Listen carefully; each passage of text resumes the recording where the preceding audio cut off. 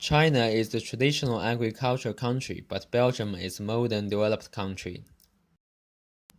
The cultivated land in China is much more than that in Belgium, but the population in China is too big.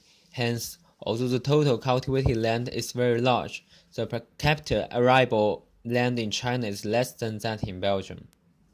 The percentage of agriculture in GDP is around 10% compared to 1% in Belgium. What's more, the agricultural products are not enough in China, so it's still relying on import. But agricultural products are exported overseas at a percentage of 6.7% of the total exports in Belgium. Besides, the modern agricultural technology is not very developed, and the main agriculture model in China now is still traditional family agriculture. Therefore, the efficiency of land use is quite low in China, for which we need to introduce a new three-dimensional agriculture model called silk-based ponds.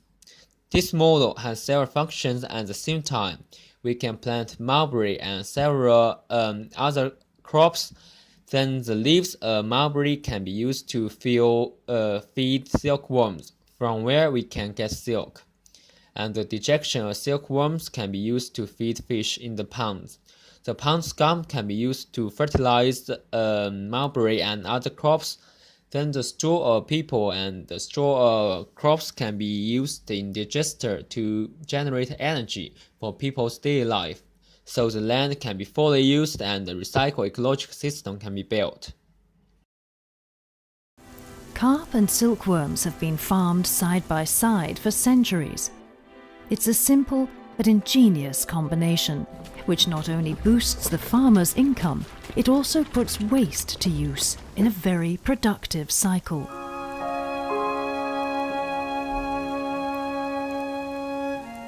From egg to cocoon, silkworms munch their way through so many mulberry leaves, they increase their body size by 10,000 times in just 4 weeks. This gargantuan feast creates a substantial amount of waste, which is used as food for the fish.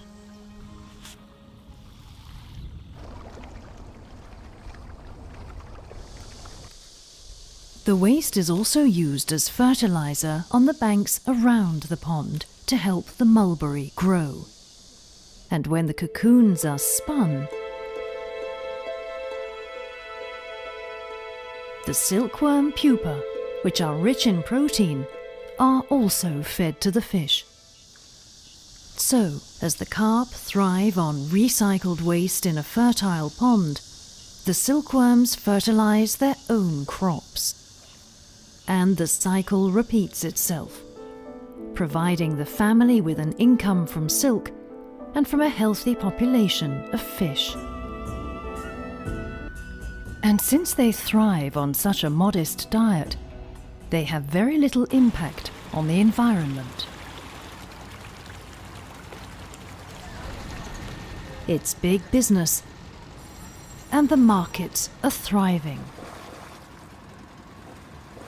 Each year, across China, over 10 million tons of carp are produced on farms like this. That figure alone exceeds the total amount of fish produced by any other country. It's a story of success in low-footprint farming. But in Belgium, the agricultural model is large-scale mechanized agriculture. Under the condition that the agricultural technology is mature enough and their demand can be met, LKN 2030 is introduced to protect the ecological environment and the climate. So we will introduce a 3D ecological agriculture model in Belgium to protect the sustainability of the environment and minimize the emission of carbon dioxide. In summary, the current basic agricultural condition is quite different between China and Belgium, but each of them have their own features and advantages, which might be used and introduced to the other one. Here we will propose a 3D ecological agriculture model in Belgium, according to the silk-based model in China. In Belgium, there's a monastery called Aoyu Park near Leuven, which is composed of 4 lakes and large plain. There are several families nearby working on local farming. This park used to supply water and fish from the lakes to the center of Leuven. What's more, crops and vegetables are planted in the farm, which were also mostly supplying food for people in Leuven. Besides, some animals like sheep and cows were fed here for milk and meat. It has kept this agricultural model for centuries and has been a stable ecological system. However, things has been different now. The agricultural technology has been more developed now and we can get enough food and water without the park. So the park is nearly abandoned for food supply.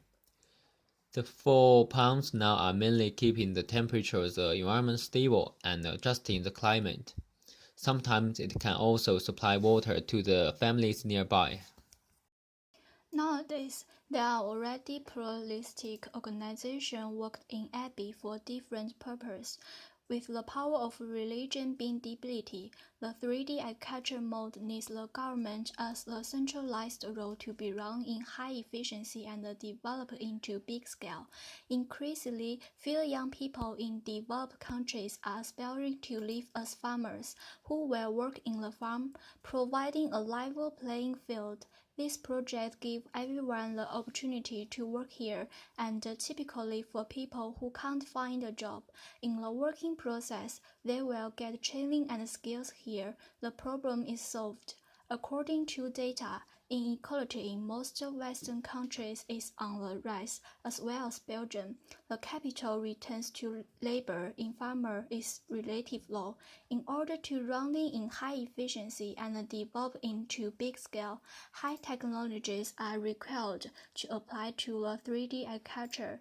In the same time, education for the farmer is necessary. As technological advancements and education are the engines of prosperity, the 3D agriculture mode can encourage economic growth and wealth in certain extent. With the support of government, it finally contributes to reduce inequality.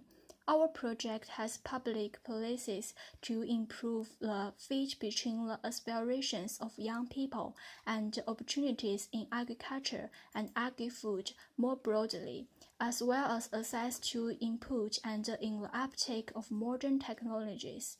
It will drive poverty, reducing growth, as well as attracting the talent of future generations. With high technology applied into new agriculture mode, it will finally instead of traditional agriculture as creative destruction. Hence, our project is good for sustainable society.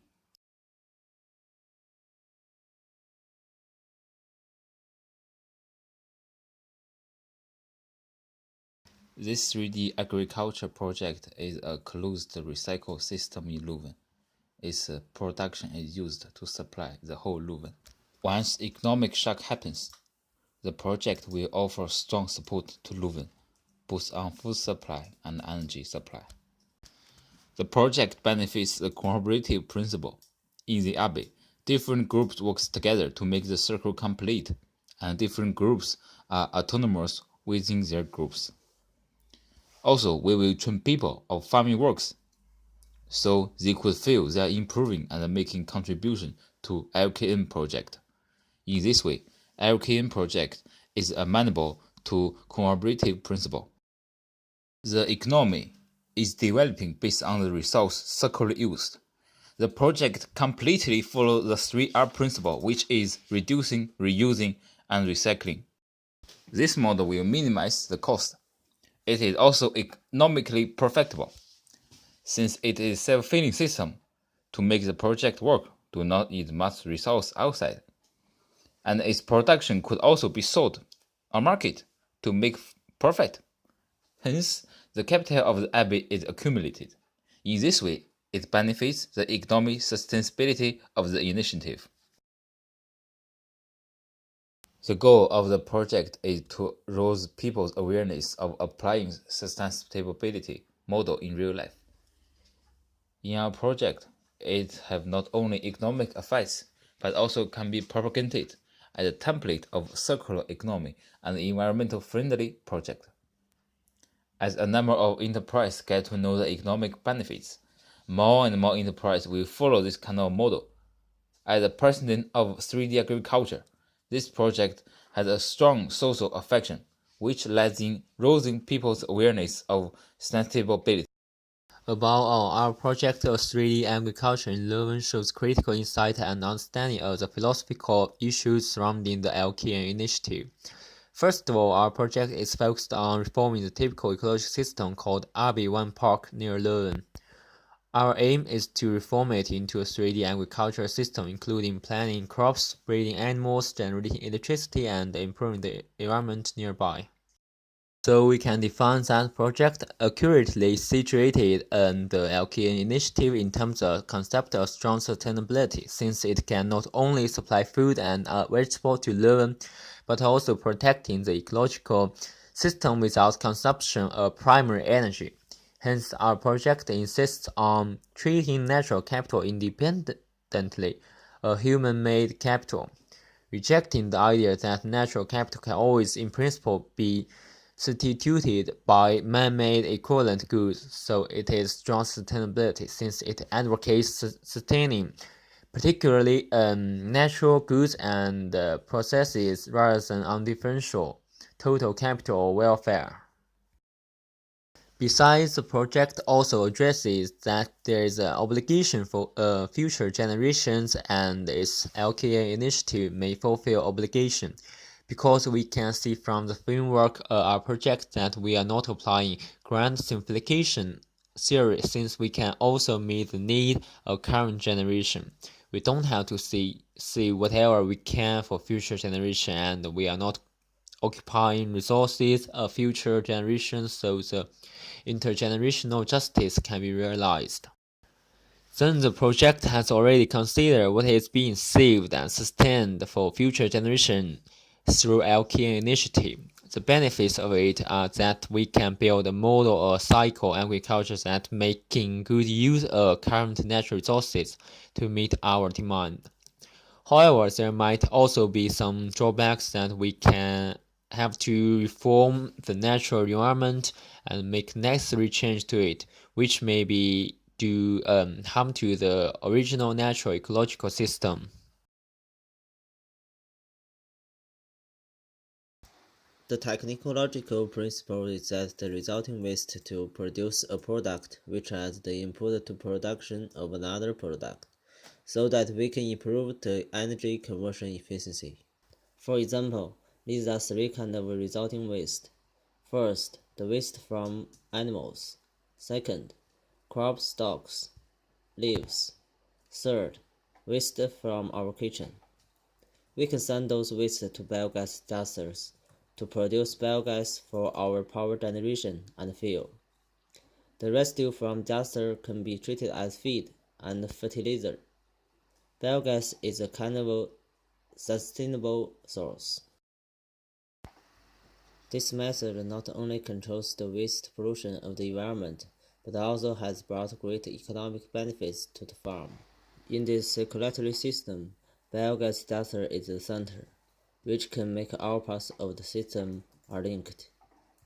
The production of livestock into the digester and produce biogas by fermentation, using for farming, cooking, lighting, and heating, even can be used to heat the greenhouses.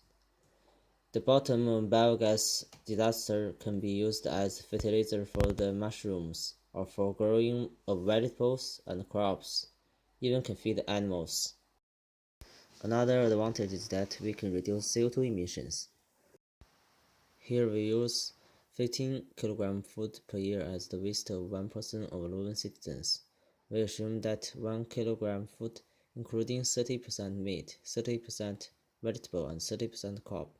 The CO2 emissions of producing those food are 17 kg meat, 3 kg of vegetable, and 5 kg of crop.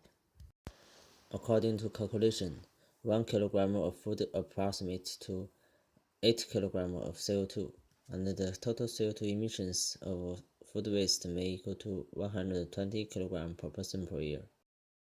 Worse, cattle and sheep can produce methane.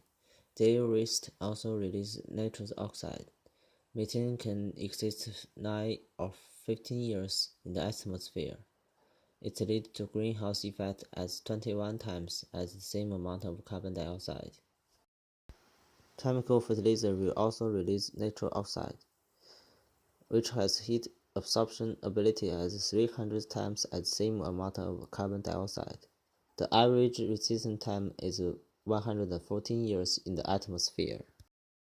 You see, if we send the total waste into the biogas duster and we use the bottom residue of biogas duster as fertilizer instead of chemical fertilizer, it will be a huge amount of greenhouse gas that we can avoid releasing into atmosphere.